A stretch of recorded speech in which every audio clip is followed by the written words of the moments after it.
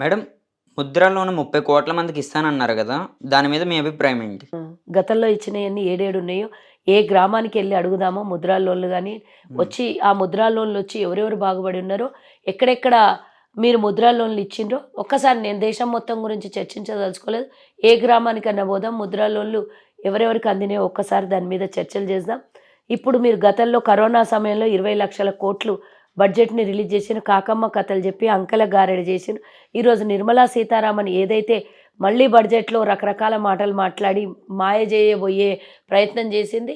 Literally ఈరోజు పెట్టినటువంటి budget సమావేశము కేవలం ఎలక్షన్ స్టంట్ తప్పించి ఇంకోటి లేదు. ఎలక్షన్ మేనిఫెస్టోని రిలీజ్ చేసినట్టు అనిపించింది బీజేపీలు. ఆ మేనిఫెస్టోలో గతంలో పెట్టిన ఏవి కూడా జరగలేదు. ఇప్పుడు కూడా జరగవు. ఏవైతే 20,00,00,000 కరోనా సమయంలో మేము రిలీజ్ చేస్తున్నామని చెప్పిండ్రో అది ఎంత డొల్లనో ఈరోజు మీరు ఇచ్చినటువంటి బడ్జెట్ లెక్కలు కూడా అంతే డొల్ల. గతంలో 9.5 సంవత్సరాలు 10 సంవత్సరాల నుంచి చేయనోళ్ళు ఇప్పుడేం చేస్తారంటే ప్రజలు నమ్ముతారు. 2 కోట్ల ఉద్యోగాలు ఇవ్వకపోతే దేశంలో విదేశాలలో పెట్టుబడులు విదేశ బ్యాంకులలో నల్లధనం దాచిపెట్టుకున్న భారతదేశం సొమ్ముని తేకపోతే జన్ధన్ ఖాతాలు చేస్తే ఎవరి అకౌంట్లలో 15 లక్షలు వేయకపోతే మీరు ఇంకొక వచ్చి మాట్లాడేదానికి మీరు ఇట్లాంటివన్నీ చెప్తే ఈరోజు మీ చేతగాని తనమే ఈరోజు బడ్జెట్ని మీ మేనిఫెస్టోలుగా రిలీజ్ చేసుకున్నారు అని అంటే అసలు హాస్యాస్పదంగా ఉంది. అన్నిటికన్నా ముఖ్యం బీజేపీ నాయకులు పెద్ద పెద్ద గొప్పలు మాట్లాడతారు కదా. ఈరోజు నిర్మలా సీతారామన్ చదివినటువంటి బడ్జెట్లో భాగంగా 300 యూనిట్లు భారతదేశంలో కోటి గృహాలకి పూర్తిగా ఉచితంగా ఇస్తాను అని ప్రకటన చేయడం అనేది దేనికి సంకేతమో ఒకసారి చెప్పాలి. గత 10 ఏళ్ల నుంచి ఏం చేసిందో ఈ ప్రభుత్వం మరి ఈరోజు సడన్గా అది ఎన్నికల బడ్జెట్గా ప్రవేశపెట్టేసి 3 కోటి గృహాలకి ఉచిత విద్యుత్ ఇస్తాము అని అంటే ఏందో నాకు అర్థం కాలేదు. అది మేనిఫెస్టోలో పెట్టినట్టే కదా. మీ బీజేపీ మేనిఫెస్టోలో మేము ఉచితాలకు అలవాటు చేయం, ఉచితాలకు అలవాటు అయిపోయిన వాళ్ళు బద్దకస్తులు అవుతారు, సంపాదించినోడు ఉచితాలకు ఇవ్వాల్సి వస్తుంది అని పెద్ద పెద్ద మాటలు పొంగినటువంటి బీజేపీ నాయకులకు నేను అడుగుతున్నా. మరి ఇది దేనికోసమో గత 10 ఏళ్లలో రానటువంటి సోయి ఇప్పుడెందుకు సడన్గా నిర్మలా సీతారామన్ కోటి ఇండ్లకి ఉచిత 300 యూనిట్లు ఎందుకు ఇస్తా అన్నదో తెలియాలి. ఎందుకంటే కాంగ్రెస్ పార్టీ 2 రాష్ట్రాలలో ఒక రాష్ట్రంలో 200 ఒక రాష్ట్రంలో 250 అన్నాం. కాబట్టి దానికి కేసీఆర్ లాగా 3,000 అన్నప్పుడు 3,016 ఎట్లా పెట్టిండ్రు.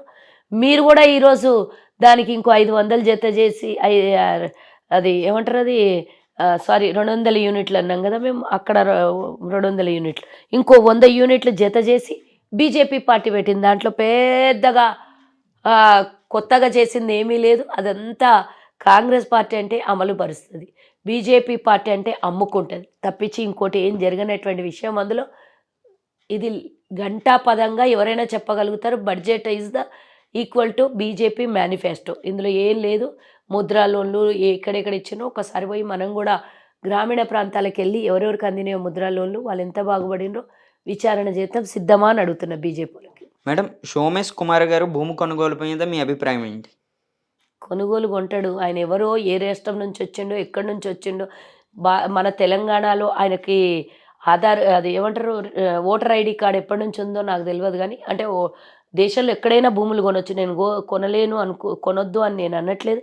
ఒక ఐఏఎస్ ఆఫీసర్కి ఇన్ని ఎకరాల భూమి వాళ్ళ భార్య పేరు మీద, అది కూడా తెలంగాణలో సడన్గా కొనాల్సినటువంటి అవసరం ఏమొచ్చింది? మొదటి ప్రశ్న నాది. రెండవ ప్రశ్న, అది కనీసం 3 కోట్లకు పైగా ఉండేటటువంటి ఎకరా భూమిని 2 లక్షల రూపాయలకి ఎందుకు కొన్నట్టు? ధరణిలో వీళ్ళ పేరు ఎందుకు ఎక్కినట్లు? ఎక్కడ కొనుగోలు రిజిస్ట్రేషన్లు ఎక్కడ చూపించిండ్రో ఒకసారి చెప్పాలి. ఇవన్నీ ప్రశ్నలు చాలా ఉన్నాయి. ఇది కేవలం 25 ఎకరాల భూమినే కాదు, చాలా 100 కోట్ల రూపాయలు అవినీతి చేసినటువంటి సోమేష్ కుమార్కి పక్కా అరెస్ట్ చేసి లోపల పడేయాలి. ఎట్టి పరిస్థితుల్లో ఉంచడానికి వీళ్ళు. ఎందుకంటే ఇట్లాంటి దుర్మార్గుల్ని బయట పెట్టుకోవడం వల్ల ఇంకా చాలామంది కూడా ఏం చేస్తారులే మామూలే అనుకోవడం అనేది కూడా డెఫినెట్గా ఉంటుంది. కాబట్టి మీరు చేసినటువంటి దొంగ పనులు, ఎందుకంటే కేసీఆర్ కేటీఆర్ మేమేమో చేసినాం అవి చేసినాం ఇవి చేసినాం అంటారు కదా.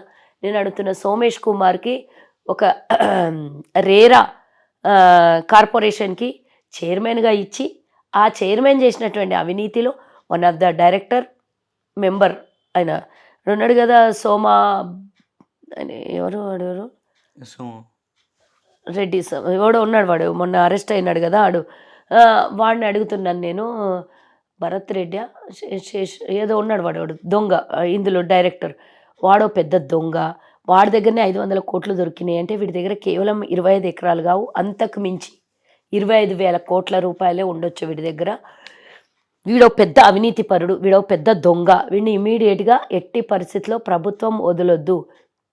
ఎందుకంటే వీడిని పట్టి పూర్తిగా విచారణ చేస్తే దీని వెనకాల రేరాని అడ్డం పెట్టుకొని real estate mafia, KCR, KTR, మిగతా వర్గం అంతా ఎంత దోపిడీ చేసిండ్రు, ఎన్ని రకాలుగా దోచుకున్నారో అది బయటపడాలంటే పూర్తిగా విచారణ సోమేష్కి చేయకుండా వదలొద్దు. డెఫినెట్గా వాడిని కూడా రిమాండ్కి పంపించాలి. వారి మీద ఎన్ని కేసులు ఉంటాయో నాకైతే తెలియదు, కానీ కేసులు అయితే పెట్టాలి. వాడి నుంచి పూర్తి స్థాయిలో ఆధారాలను సేకరించాలని నేను కోరుకుంటున్నా. మేడం, బడ్జెట్లో తెలుగు రాష్ట్రాలకి మొండి చేయిస్తున్నారు అంటున్నారు విశ్లేషకులు, దీనికి మీరేమంటారు? విశ్లేషకులు చెప్పడం కన్నా ముందు తెలంగాణ ప్రజలకు అందరికీ తెలుసు, గత 10 ఏళ్లలో తెలంగాణకి తెలుగు రాష్ట్రాలకి ఇచ్చి ఒరిగిపెట్టింది ఏంది. పక్క రాష్ట్రంలో తెలంగాణ విభజన సందర్భంగా వాళ్ళకు 10 సంవత్సరాల స్పెషల్ స్టేటస్ అని అన్నాం. కనీసం ఇంకిత జ్ఞానం లేదు. సౌత్ ఇండియా అంటేనే పట్టించుకోని వాళ్ళు వాళ్ళకి సౌత్ ఇండియా ఓట్లు ఎట్లా కావాలంట. తెలుగు రాష్ట్రాలలో తెలంగాణలో ముఖ్యంగా అన్ని సీట్లు మాకు గెలిపిస్తే కేంద్రంలో మేమే వస్తాం, పూర్తిగా తెలంగాణను అభివృద్ధి చేస్తామన్నారు. ఇది సంవత్సరానికి సరిపడే బడ్జెట్ కదా. మరి నెక్స్ట్ వచ్చే అకాడమిక్ ఇయర్ వరకు మనకేం బడ్జెట్ లేదనుకుంటాను. మరి ఈ బడ్జెట్ లేనప్పుడు వీళ్ళేమి ఇప్పుడు గెలిచి ఒరగబెట్టి ఏం పీకుతారు అనుకుంటున్నారో తెలంగాణలో ఉన్నటువంటి ఎంపీలు ఒకసారి అడగాల్సినటువంటి బాధ్యత వారి మీద ఉన్నది. ముఖ్యంగా వాళ్ళు గతంలో ఇవ్వలేదు, ఇప్పుడు ఇవ్వలేదు. ఆంధ్ర రాష్ట్రానికి ఇస్తాన్న స్పెషల్ స్టేట్ ఇవ్వలేదు. తెలంగాణ రాష్ట్రానికి విభజన చట్టంలో అమలు పరిచినటువంటివి ఒక్కటి కూడా ఇవ్వలేదు. ITIR ఏంది, గిరిజన యూనివర్సిటీ ఏంది, మన రైల్వే కోచ్ ఫ్యాక్టరీ ఏంది, ఇతరత్ర ఇక అవి అయిన తర్వాత ఇంకా కొత్తవి కూడా ఇవ్వాలి. కానీ మనకి ఇంతవరకు దిక్కు లేనటువంటి వీళ్ళకు మనం దిక్కు లేకుండానే ఓడగొట్టాల్సినటువంటి బాధ్యత మనం.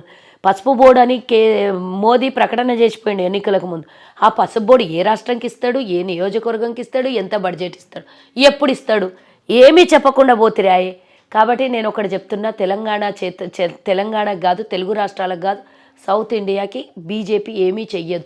అక్కడ కూడా నార్త్ ఇండియాలో కూడా వాళ్ళకి కావాల్సిన వాళ్ళు అధికారంలో ఉన్న కొన్ని రాష్ట్రాలకు తప్పించి వాళ్ళకి ఎక్కడ ఓట్లు కావాలనుకుంటున్నారో అక్కడ తప్పించి దేశంలో వాళ్ళు చేసేది ఏం లేదు. ఈడమ్మే ఆడ పెడతారు, ముక్కుంది తొండెం కోసి ముక్కు కంట పెడతారు, లేకపోతే ఏడున్నదని తిరిగి చెప్తారు తప్పించి వాళ్ళు చేసేది ఏం లేదు. వాళ్ళ మీద ఆశలు కూడా లేకుండా మా తెలుగు రాష్ట్రాలకు ఏమన్నా బడ్జెట్లో కేటాయిస్తారని. మేడం, అలాగే వైఎస్ఆర్ పార్టీ మీద కాంగ్రెస్ పార్టీ కేసు అయితే పెట్టారు సోనియా గారు, వైఎస్ఆర్ మీద అని వాళ్ళ ఆరోపణ. అవునండి. అలాంటి పార్టీలో కాంగ్రెస్తో నీకేం పని అంటారు.